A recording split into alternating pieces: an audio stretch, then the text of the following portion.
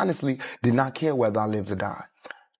Now, Do you think if he didn't go to death row, would he still be alive? Wow. It's hard to say. I can't leave straight. You know, I'm not. I can't go until y'all really know what time. For nearly 30 years, the public has been given the same official explanation about what happened to Tupac Shakur. A drive-by shooting in Las Vegas, 6 days in the hospital, and then death. Case closed. That version has been repeated so often it became history, but now that story is being openly questioned by someone closer to Tupac than almost anyone else. Mopreme Shakur, Tupac's biological brother, recently appeared on Piers Morgan Uncensored and suggested that the public may have been misled for decades. This is not coming from a random internet commentator pushing extreme theories. That day when he called you? You know, I have my guys with me, Thug Life guys, and we heard what he had to say. He basically said he ain't have nothing to do with my brother. This is family. Someone who grew up with Tupac, knew him personally, and has lived with the consequences of his death every day since. During the interview, Mopreme speaks calmly, but with clear intensity. He chooses his words carefully, yet what he implies is unmistakable. Feeling quite strongly that you don't believe Diddy. I don't think you believe a word of it. Seems like he got a whole bunch of power, like absolute power. According to him, much of what people believe about Tupac's death simply does not add up. There is no yelling, no theatrics, just measured doubt delivered with purpose. When Piers Morgan asks him directly about Sean Combs and Diddy's repeated denials over the years, Mopreme does not hesitate. He makes it clear that he does not accept those denials, not even remotely. He openly expresses serious skepticism and is willing to say that on national television. Mopreme explains that this doubt did not suddenly appear. According to him, it goes back many years. Puffy called me, though. Puffy called me back in the day. He called me, he was like, I just want you to know I ain't have nothing to do with your brothers. You know, I know who you are, but we never... He reveals that Diddy personally contacted him in 2008, calling the Shakur family in an attempt to convince them of his innocence. Mopreme says that during that conversation, he told Diddy something simple but powerful. The truth always comes out. Now, 17 years later, Mopreme is repeating that same message publicly. The way he speaks does not sound like random speculation. Talk about things that are nonsense. We don't even entertain nonsense, my brother. So we not even... It sounds like someone who knows more than he is willing or able to fully explain on camera. There is a sense that he is holding back, not exaggerating. If you watch closely, you can see it in his expression. There is something unresolved there, and it raises a serious question. If you truly believed the official story about your brother's death, would you still be going on national television nearly 3 decades later, questioning everything?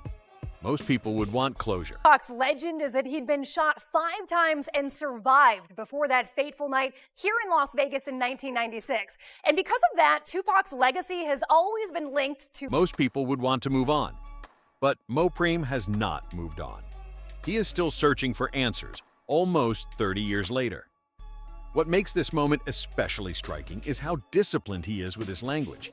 He is not shouting conspiracy theories or making reckless accusations. Instead, he introduces doubt deliberately and with precision, as if he understands exactly what he is doing and why the timing matters. Killed Tupac, I'm protecting Tupac. Yeah. But at the same time, bitch-ass Puffy can give him a mother star, and every rat in the world said he didn't want... That timing is important. Diddy is currently facing serious federal charges, and his business empire is under unprecedented pressure. Historically, moments like that are when long, silent voices begin to speak. No one here is claiming Tupac is alive or hiding somewhere. But when his own brother publicly questions the narrative that has been accepted for decades, it forces people to reconsider what they thought was settled. If Mopreme is right, then parts of hip-hop history may be fundamentally misunderstood. That brings attention back to the year 2008. At that time, rumors connecting Diddy to Tupac's death were growing louder, especially in street conversations and industry circles. Instead of ignoring them, Diddy allegedly took the unusual step of calling the Shakur family directly. Think about that for a moment. Used the business empire he controlled to carry out criminal activity, including trafficking, forced labor, kidnapping, arson, bribery, and the obstruction. People who feel completely unaffected by rumors usually do not reach out to a murder victim's family 12 years later to explain themselves. According to accounts, the talk had become serious enough that Diddy felt compelled to act. Through radio host Big Boy, a conversation was reportedly arranged between Diddy and Mopreme. Diddy is said to have repeatedly insisted that he had absolutely nothing to do with the shooting, swearing his innocence. But Mopreme was not convinced then, and he is not convinced now. His response during that call was short and unforgettable. The truth always comes out. Those 4 words carry even more weight today. Fast forward to 2025, and Diddy is facing federal racketeering charges. His properties have been raided, and people who stayed silent for years are now speaking publicly. Looking back, that 2008 phone call increasingly appears less like reassurance and more like damage control. Diddy may have believed he could calm the family or secure their belief in his innocence. Instead, it seems to have reinforced Mopreme's doubts. He listened, he acknowledged the denial, but he never accepted it. And now, 17 years later, Mopreme Shakur is on television saying openly that Diddy's version of events still does not hold up. That raises an uncomfortable question. If someone is truly innocent, why feel the need to personally reach out to the victim's family years later? Most people who believe accusations are false simply ignore them. But in this case, that didn't happen. The whispers were getting louder, connections were being made, and it appeared that Sean Combs felt pressure to get ahead of the narrative. The problem is that once someone starts making urgent calls to convince others of their innocence, it often has the opposite effect. Instead of settling doubts, it can deepen them.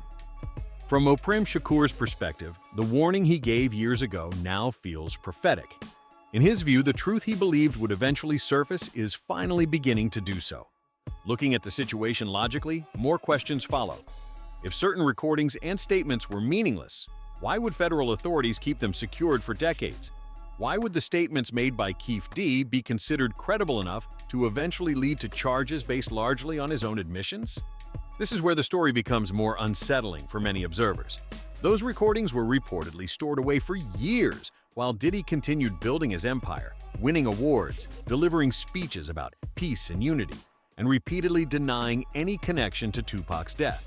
All the while, dozens of references allegedly sat untouched in the background.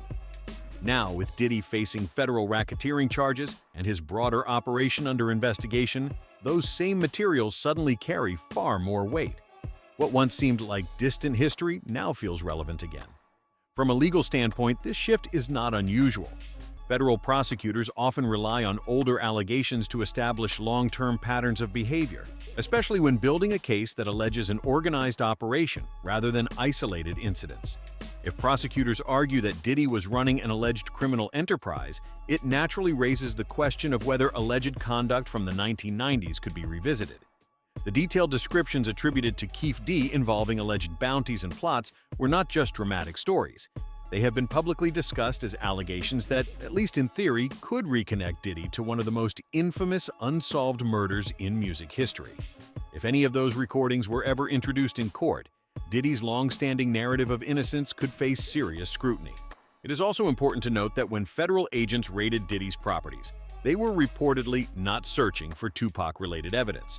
Their focus was on modern allegations tied to racketeering, trafficking, and financial crimes. However, investigations do not always unfold in straight lines. Sometimes unexpected discoveries emerge. According to public discussion, during searches of personal files, investigators allegedly encountered documents labeled with a single word that immediately reignited decades-old theories: Cuba. On its own, that word might seem meaningless, but context matters. Tupac Shakur's mother, Afeni Shakur, lived in exile in Cuba for years, a fact that has fueled speculation for decades. While coincidences do happen, in a federal investigation of this scale, nothing is easily dismissed, especially when it intersects with long-standing rumors. Those rumors include claims made years ago by Tupac's former bodyguard, who alleged that Tupac survived the Las Vegas shooting and was secretly moved out of the country. According to those accounts, the plan supposedly involved hospital manipulation, private flights, and travel through the Caribbean before reaching Cuba. Cuba was consistently described in those stories as the final destination, allegedly under the protection of Fidel Castro. For years, these claims were dismissed as fantasy and conspiracy.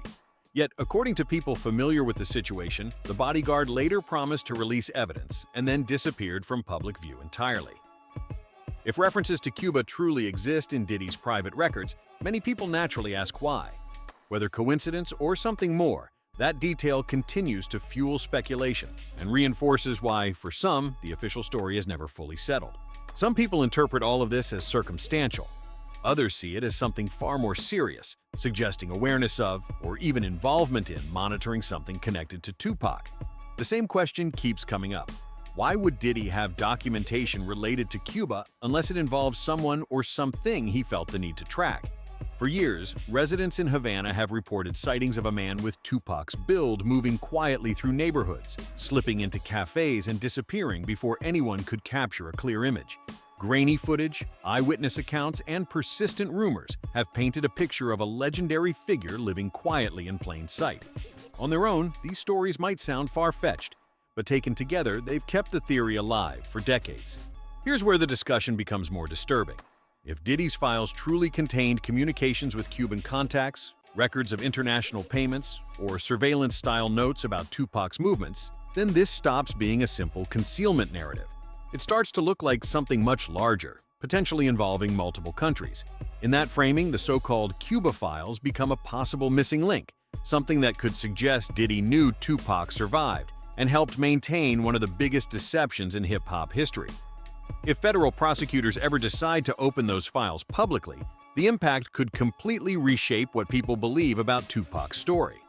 That brings the focus back to September 1996. When people examine the official records from that period, inconsistencies stand out immediately. Take the coroner's report.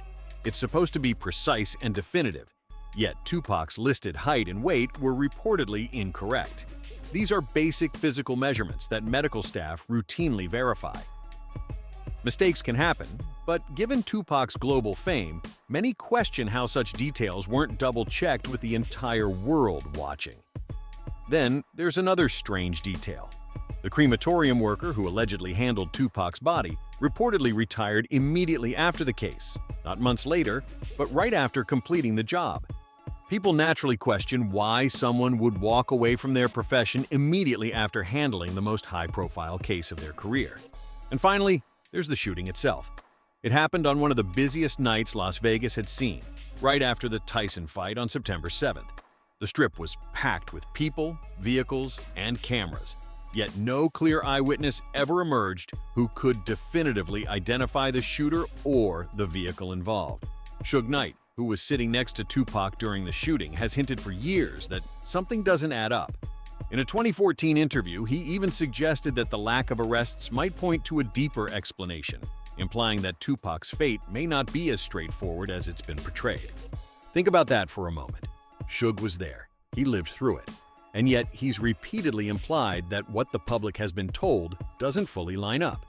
Each inconsistency on its own might seem random, but together, they form a pattern. Incorrect information on official documents, key witnesses disappearing or going silent, no reliable eyewitnesses, and medical professionals stepping away immediately after handling the case.